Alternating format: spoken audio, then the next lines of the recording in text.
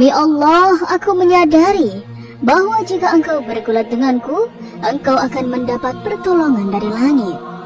Gulat sebuah seni yang mencangkup lebih dari sekedar fisik dan kekuatan.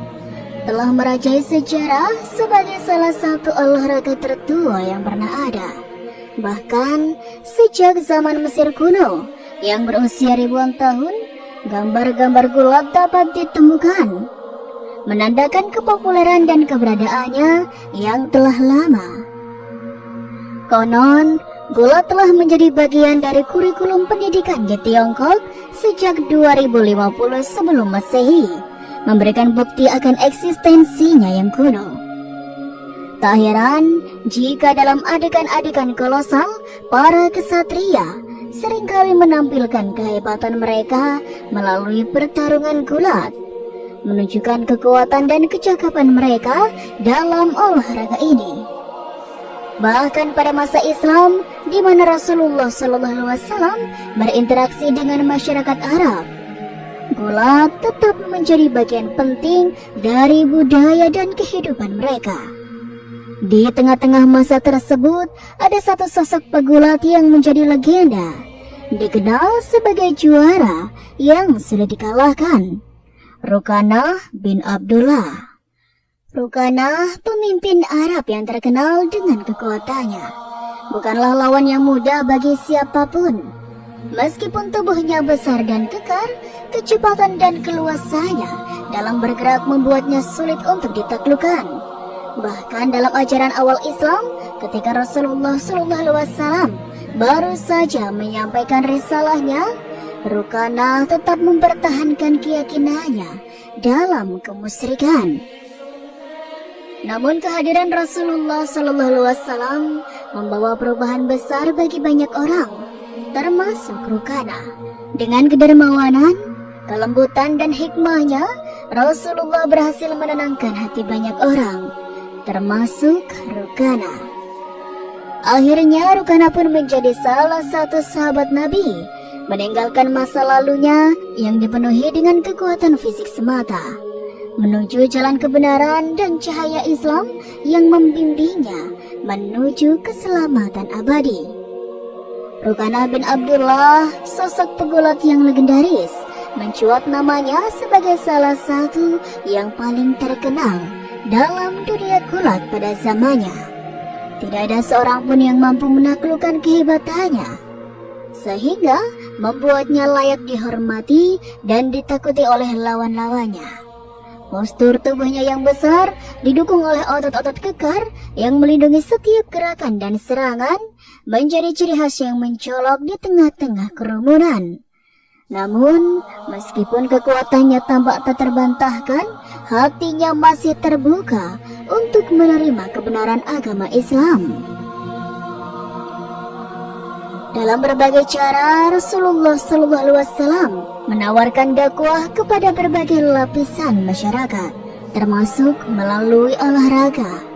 Salah satu metode pendekatannya adalah dengan berduel gulat dengan tokoh-tokoh terkenal seperti Rukanah. Subhanallah. Ibnu Katsir mencatat bahwa Rukanah adalah salah satu dari mereka yang berduel gulat dengan Nabi SAW.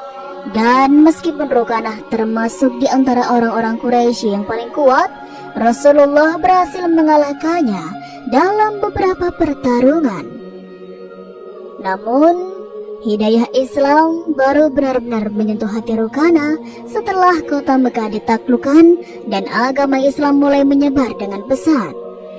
Hal ini mengubahnya secara fundamental dari seorang yang kuat secara fisik menjadi seseorang yang kuat dalam iman dan keyakinannya.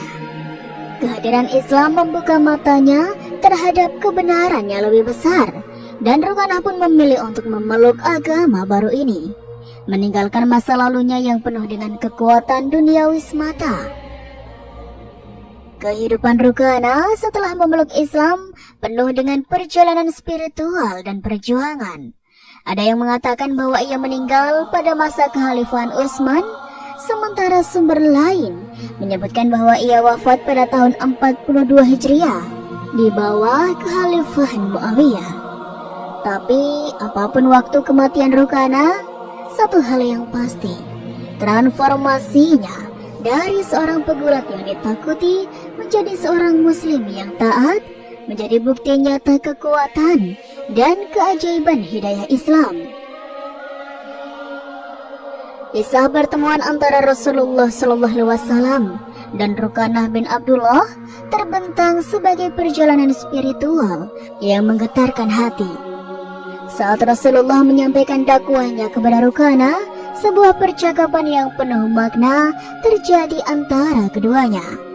Rasulullah dengan lembut namun tegas menegur Rukanah tentang kebutuhan akan takwa kepada Allah dari penerimaan terhadap dakwahnya. Dengan rendah hati namun penuh kejujuran, Rukanah merespon, "Seandainya aku mengetahui apa yang engkau serukan itu adalah kebenaran, pasti aku akan mengikutimu." Rasulullah sebagai seorang pemimpin yang bijaksana tidak hanya menyerah begitu saja. Dia menantang Rukanah, mengajukan pertanyaan yang menggetarkan hati. "Bagaimana kiranya jika aku mengalahkan engkau dalam gulat? Apakah engkau meyakini kebenaran perkataanku?" Dengan semangat yang membara, Rukanah mengatakan, "Ya Rasulullah, aku percaya." Dengan itikat yang kuat, pertarungan dimulai. Rasulullah dengan kekuatan yang datang bukan hanya dari fisik, tapi juga dari kehendak Allah, berhasil menjatuhkan Rukanah.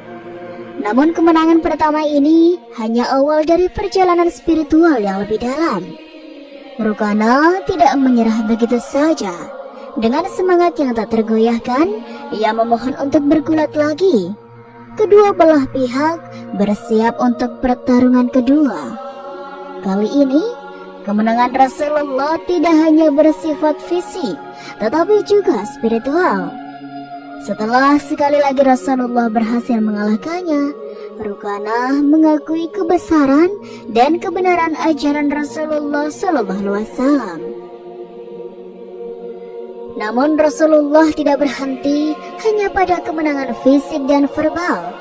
Untuk menunjukkan keajaiban kekuasaan Allah kepada Rukanah, Rasulullah memberikan bukti yang lebih besar. Dia memanggil sebuah pohon, menunjukkan kekuasaan Allah atas alam semesta. Dengan ajaibnya, pohon itu datang kepada Rasulullah, membenarkan kebesarannya.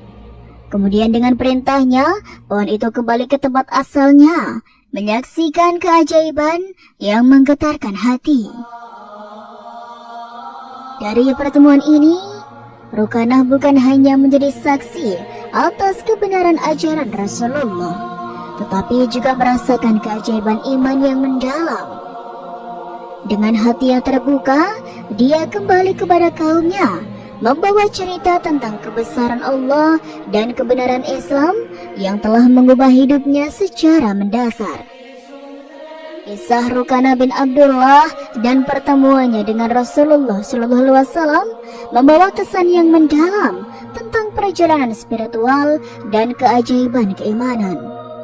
Rukanah dengan keberaniannya menyampaikan tantangan kepada Rasulullah dengan penuh keyakinan. "Wahai anak-anak Abdul Manaf," katanya, "mereka telah menyerang masyarakat dari Allah. Aku tidak pernah melihat penyihir yang lebih sakti darinya." Dalam riwayat Sirah Nabawiyah oleh Ibnu Hisham, terungkap bahwa Rukanah menghadap Rasulullah di salah satu bukit di Mekah dengan sikap yang penuh kejujuran dan keberanian. Dalam pertemuan itu, Rukanah dengan tegas menyatakan, "Jika engkau mengalahkanku dalam gulat, maka aku yakin engkau adalah orang yang benar." Rasulullah pun menerima tantangan tersebut dengan kemurahan hati dan kebijaksanaan. Mereka berduel dalam gulat, tidak sekali atau dua kali, tetapi sebanyak 3 kali. Setelah pertarungan yang sengit, Rasulullah berhasil mengalahkan Rukanah, bukan hanya secara fisik, tetapi juga secara spiritual. Keajaiban dalam pertempuran ini tidak hanya terjadi pada saat pertarungan fisik, seorang yang bernama Abu Aliyah yang datang kepada Rasulullah di hari Fatu Mekah, menyatakan keyakinannya pada kekuatan langit yang akan membantu dalam pertarungan. Demi Allah, katanya, aku mengetahui jika engkau bergulat denganku, engkau akan mendapat pertolongan dari langit. Kemudian ia memeluk Islam dan pindah ke Madinah, di mana ia tinggal hingga akhir hayatnya di bawah pemerintahan Muawiyah. Tidak hanya Rukanah, Rasulullah juga berduel dengan orang-orang lainnya, termasuk anak dari Rukanah sendiri, Yazid bin Rukanah. Dalam 2 pertarungan gulat yang instan, Rasulullah memenangkan kedua-duanya, tidak hanya untuk kehormatan pribadi, tetapi juga untuk menegaskan kebenaran ajaran Islam. Dari kisah-kisah ini, kita dapat melihat bahwa pertemuan dengan Rasulullah bukan hanya sebuah momen fisik, tetapi juga spiritual. Orang-orang yang bertemu dengannya, seperti Rukanah dan Yazid, tidak hanya mengalami kekalahan dalam pertarungan fisik, tetapi juga kemenangan dalam pertarungan jiwa yang membawa mereka kepada kebenaran yang lebih besar. Kisah perjalanan spiritual Rukanah bin Abdullah yang akhirnya memeluk Islam setelah berduel dengan Rasulullah SAW menjadi cerminan kekuatan dakwah yang luas dan mendalam yang disebarkan oleh Nabi teragung. Melalui berbagai metode, Rasulullah SAW mengajak manusia kepada kebenaran, tidak hanya melalui ceramah dan bimbingan, tetapi juga melalui contoh kehidupan yang mulia, dan bahkan melalui olahraga. Pertarungan yang berlangsung antara Rasulullah dan Rukanah serta Yazid bin Rukanah tidak hanya tentang kekuatan fisik, tapi juga tentang perjuangan jiwa. Ketika Yazid mengakui keunggulan Rasulullah dalam pertarungan dan bersaksi akan kebenaran Islam, itu bukan hanya kesaksian fisik, tetapi juga kesaksian spiritual atas kekuasaan Allah yang telah memenangkan hati manusia. Peristiwa Fatu Mekah menjadi titik balik bagi banyak orang, termasuk Rukanah.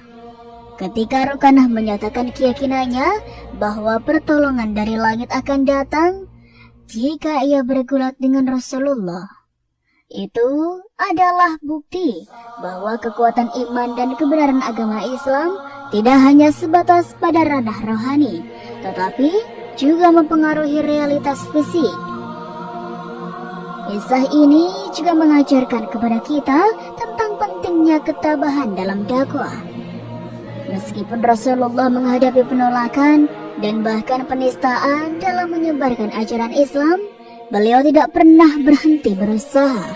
Rasulullah tidak tergoda oleh imbalan duniawi seperti harta atau kekuasaan, tetapi semata-mata menginginkan hidayah bagi mereka. Pertama-tama kita harus mengakui bahwa fitrah manusia cenderung mencari cahaya dari kegelapan kesyirikan. Meskipun beberapa orang mungkin merasa malu atau enggan menerima dakwah melalui metode ceramah konvensional, mereka seringkali akan mengakui keunggulan dan kebenaran yang dibawa oleh orang lain jika mereka dapat mengalahkan mereka dalam bidang yang mereka geluti. Kisah-kisah seperti ini menunjukkan kepada kita bahwa dakwah tidak selalu harus dilakukan dengan cara konvensional. Terkadang, pendekatan yang lebih personal dan relevan dengan kehidupan sehari-hari seseorang dapat lebih efektif dalam menyampaikan pesan Islam. Hal ini mengingatkan kita bahwa pentingnya untuk selalu memahami audiens kita dan menggunakan metode yang tepat dalam menyebarkan ajaran agama. Dengan demikian, kisah-kisah ini memberikan pelajaran yang berharga bagi kita semua. Mereka mengajarkan kita tentang pentingnya kesabaran, kelembutan, dan pemahaman dalam menyebarkan dakwah, serta mengingatkan kita bahwa kebenaran Islam dapat diterima oleh siapapun, bahkan oleh mereka yang awalnya bersikap skeptis atau menentangnya. Semoga kisah-kisah ini dapat menjadi inspirasi bagi kita semua dalam menegakkan agama dan menyebarkan kebaikan kepada sesama manusia.